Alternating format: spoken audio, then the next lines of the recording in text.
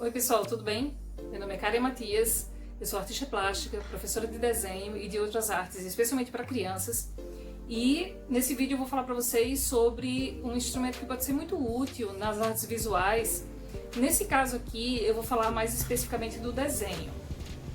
O legal é que esse instrumento todo mundo já tem dentro da própria cabeça, mas pode ser que não tenha consciência disso. O nome dele é pareidolia. O que será isso? Bom, eu vou explicar para vocês assim de uma maneira bem geral, bem por alto, porque esse assunto é bem mais extenso, mais amplo e mais profundo do que caberia nesse vídeo. Mas eu vou passar para vocês algumas fontes, algumas referências onde vocês podem encontrar mais informações e se aprofundar no assunto. Bom, você já olhou para uma nuvem e viu outra figura, seja um animal, um objeto ou até o rosto de uma pessoa?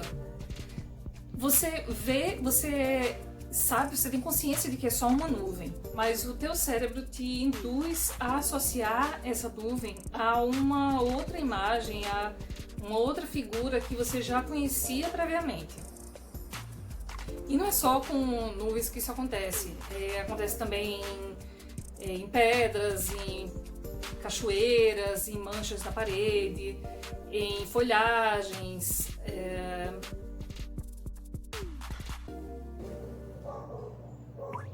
Eu vou ler para vocês aqui a definição de pareidolia da Wikipedia. A pareidolia é um fenômeno psicológico que envolve um estímulo vago e aleatório, geralmente uma imagem ou som, sendo percebido como algo distinto e com significado. É comum ver imagens que parecem ter significados em nuvens, montanhas, solos rochosos, florestas, líquidos, janelas embaçadas e outros tantos objetos e lugares. Ela também acontece com sons, sendo comum em músicas tocadas ao contrário, como se dissessem algo.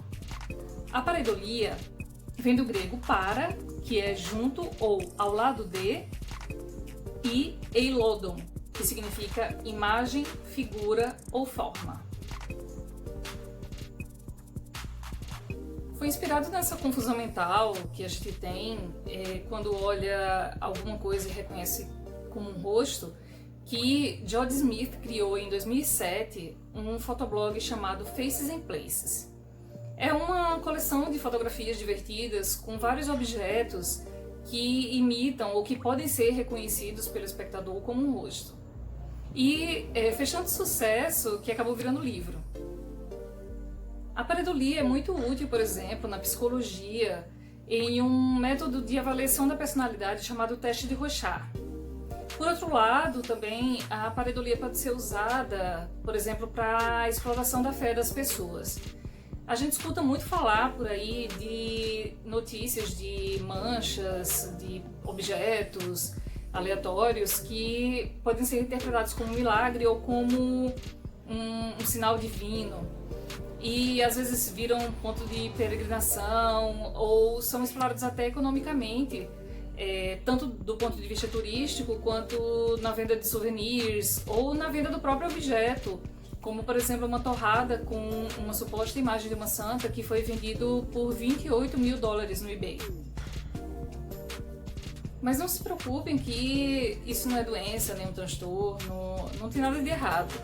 Inclusive o próprio Carl Sagan defendia que a pareidolia foi muito importante, foi essencial para a sobrevivência da espécie humana, tendo em vista que era muito importante para os nossos ancestrais reconhecer se alguém que estava chegando era um inimigo ou um aliado. Mas como é que eu posso então usar a pareidolia para desenhar? Bom, para começar é importante saber e entender que o desenho por si só é um conjunto de manchas, de linhas, de formas que são colocados de maneira organizada e consciente no suporte pelo desenhista, a fim de iludir o olhar do espectador. Como alertou René Magritte quando ele disse: "Isto não é um cachimbo", na obra A Traição das Imagens. O Gombrich ele também fala sobre esse assunto no livro Arte e Ilusão, em um capítulo chamado A Imagem nas Nuvens. Alguns teóricos de arte contemporânea usam esse argumento de uma outra maneira, inclusive para defender que a imagem o retrato da Marilyn Monroe feita em serigrafia pelo Andy Warhol não seria figurativa e sim abstrata. Esse argumento vem justamente em defesa do abstracionismo americano em detrimento do figurativismo da época. Mas isso é um assunto já para outro vídeo. O Leonardo da Vinci ele usava a pareidolia de maneira consciente e, por ser um dos artistas mais visionários e brilhantes da história da humanidade, ele sabia aplicar bem a pareidolia nos seus processos criativos. Vários artistas da atualidade usam a pareidolia nos seus processos criativos também, como por exemplo a russa Anna Shivint, que faz vários desenhos em manchas na parede, no piso. Tem também o Andy Ristaino, que é um dos criadores da Hora da Aventura, e inclusive ele tem um canal no YouTube onde ele mostra vários processos de desenho com manchas de tinta. Tem também o Keith Larsen e a Carolina Maggio, que depois de uma viagem à Amazônia, uma experiência com ayahuasca, começou a fazer desenhos incríveis com manchas de café. E ela mesma fala: não chore sobre o café derramado, faça arte sobre ele. E aí agora eu vou mostrar para vocês algumas demonstrações de desenhos que podem ser feitos a partir de manchas diversas. Espero que vocês gostem.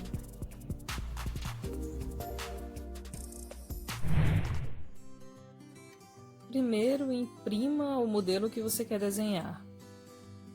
Se você quiser desenhar num papel opaco, sem transparência, você vai precisar de uma mesa de luz. Se não tiver uma mesa de luz, use uma prancheta transparente e contorne os traços principais da imagem que você está vendo. Para colorir, eu escolhi esses tons de vermelho.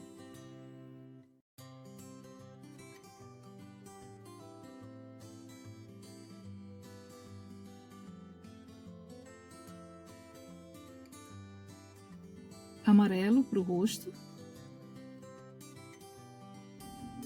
um pouquinho de rosa para finalizar e tá pronto. Eu vou usar agora como referência essa nuvem, que parece um senhor de perfil, e eu vou desenhar num vidro, que é bem transparente, totalmente transparente, então eu vou ver toda a imagem que está por trás. Aí, se eu quiser guardar depois esse desenho, eu posso usar um marcador permanente. Pode ser de qualquer marca, tem vários níveis de fixação. Tem várias espessuras de ponta. E se você pretende apagar depois, você pode usar alguma caneta à base de água, como Posca, nanquim. Eu vou usar essa canetinha aqui, que ela tem duas pontas. Uma fininha e outra tipo pincel. Eu vou usar o lado do pincel. A ideia é destacar os traços principais da figura que você está enxergando. Você começa contornando o perfil, os traços principais do rosto, as narinas, esse bigode chinês, o pescoço. E a gente pode começar a criar também alguns elementos que não tem na imagem, mas que a gente acha que deveria ter. Você pode ir criando texturas, sombras, outros elementos. Tira o papel de baixo para ver como é que ficou. Se não gostar, tudo bem. Pode apagar, usa um papel higiênico seco. Se ficar meio manchado porque não saiu, põe um pouquinho de água e tira o restante.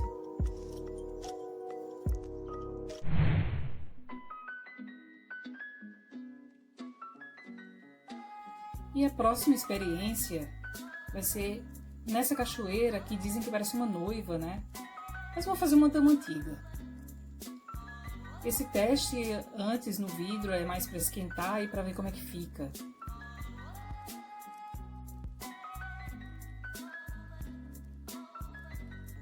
Agora eu vou trabalhar nessa folha de papel vegetal, que é bem transparente, e usar lápis grafite. A gente começa a contornar.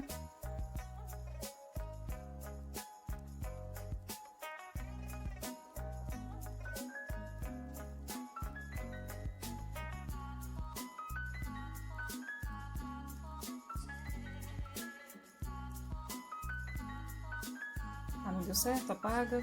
É bom usar o limpa-tipos. E a gente continua contornando, fazendo sombreamento em algumas partes.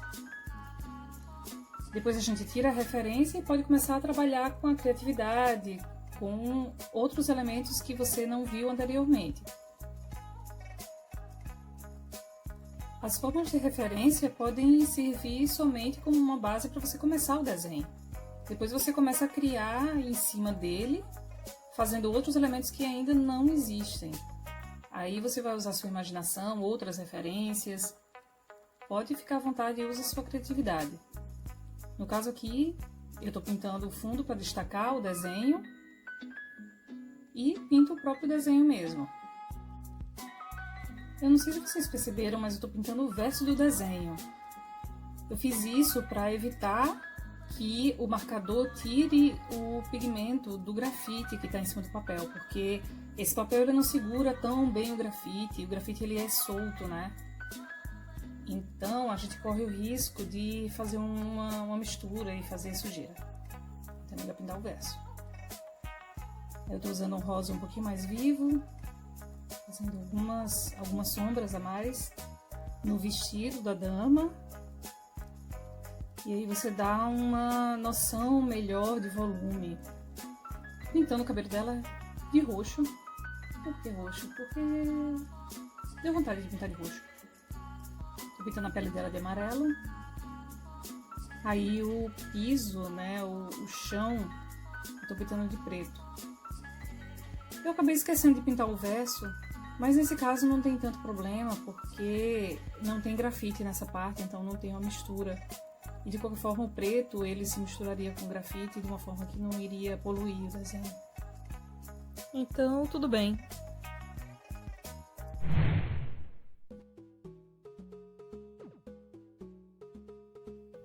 Para fazer esse desenho no vidro eu escolhi essas canetinhas permanentes. Com elas eu consigo um efeito de vitral. Para o sapinho eu escolhi esses 3 tons de verde. E eu vou colorindo com movimentos circulares, para representar mais ou menos a textura da pele do sapinho. Vou variando entre os 3 tons de verde.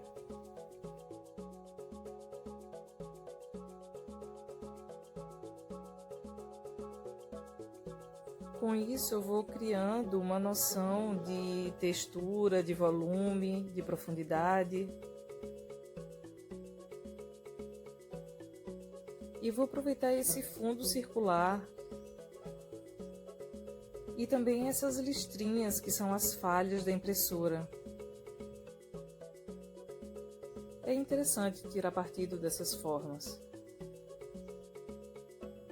Usando essas 2 cores que são bem diferentes dos tons de verde que eu escolhi para a pele do sapo, eu consigo um bom contraste de cor. E com as listras eu consigo também um contraste de textura com a própria pele do sapo também.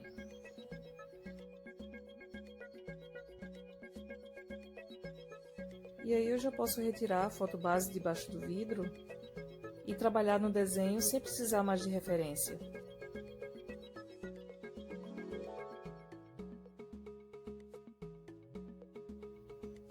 Agora é só fazer alguns retoques e tá pronto o meu desenho.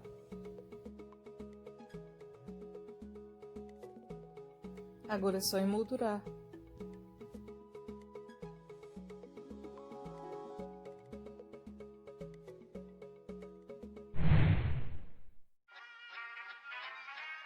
Para criar suas próprias nuvens, você pode usar giz pastel seco,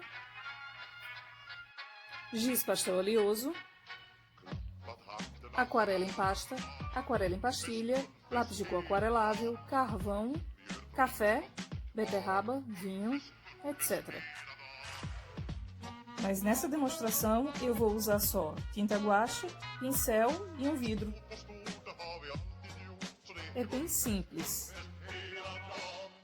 Espalhe a tinta sobre o vidro de forma aleatória e depois carimbe essa imagem sobre papéis.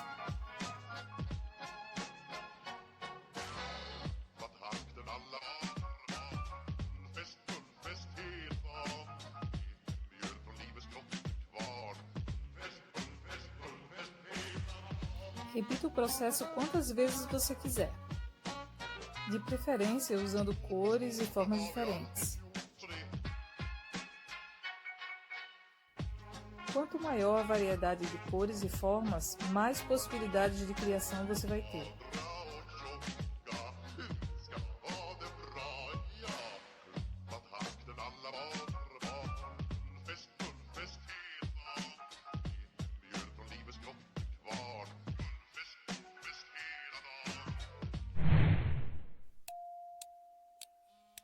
Depois que secar, aí você pega as pinturas, né, resultantes do processo anterior, e aí você começa a desenhar, bem à vontade.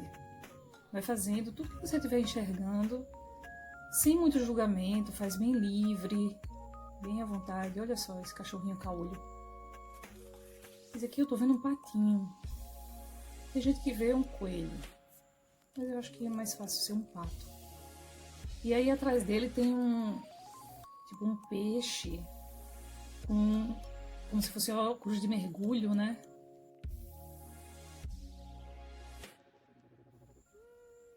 Ah, vamos fazer a patinha do pato, né? Porque a pato sem pata não rola. Aí isso aqui já é uma bonequinha da cabeça grande, cabelo azul, tem um cabelo diferente. Faz os olhinhos para localizar onde está o rosto, corpinho.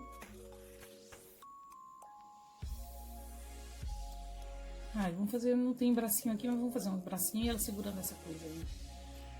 Parece um pompom, alguma coisa assim. Os pezinhos. Um sorrisinho, né? E esse aqui, não lembra um ornitorrinco?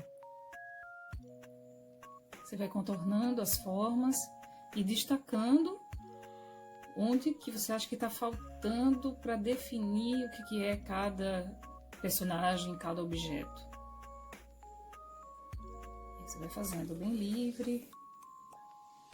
O importante é desenhar. O importante é soltar a criatividade, produzir.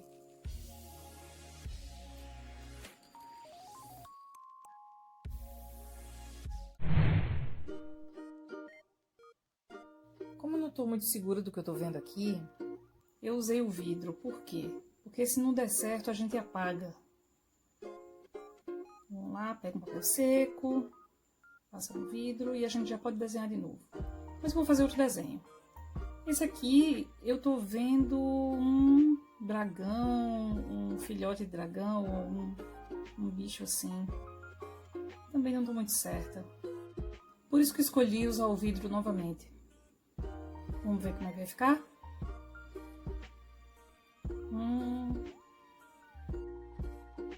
Que bicho esquisito.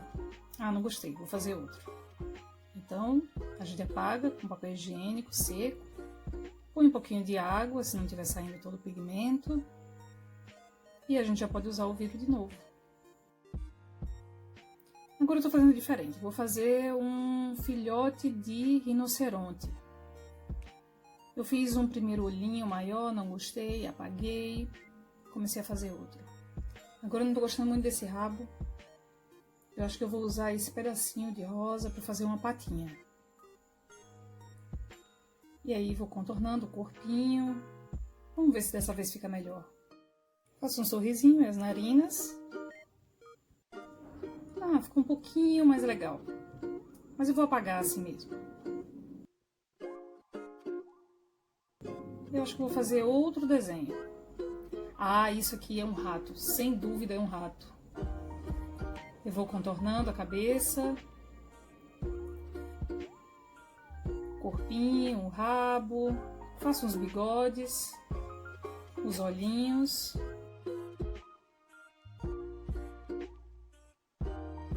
Agora uma imagem perfeita para criar personagens bizarros e fofos ao mesmo tempo. Vocês estão vendo o que eu estou vendo? Tem muitos bichinhos engraçados. Esse parece uma girafa com asas. Aí tem outro bichinho menor, que eu não sei exatamente o que é. Não precisa nem dar nome aos seus personagens. Vai desenhando. Desenha o que você está vendo. Pode ser bichos que não existem.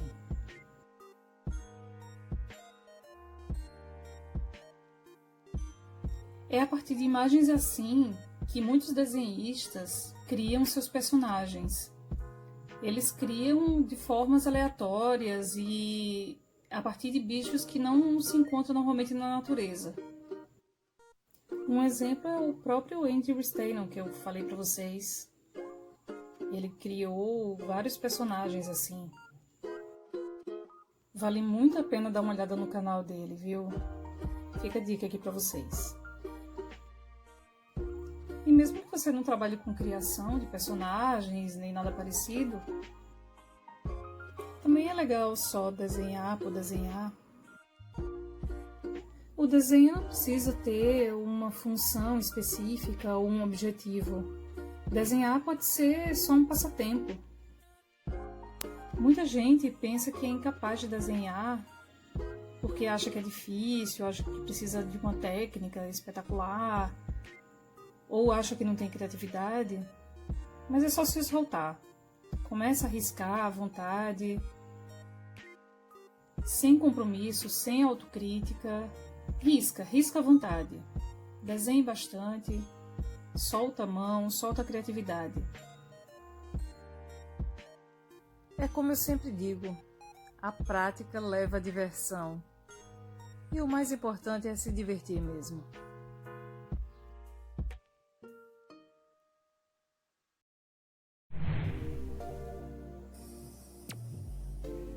É isso aí, pessoal. Espero que vocês tenham gostado desse vídeo. A gente se vê. Até a próxima.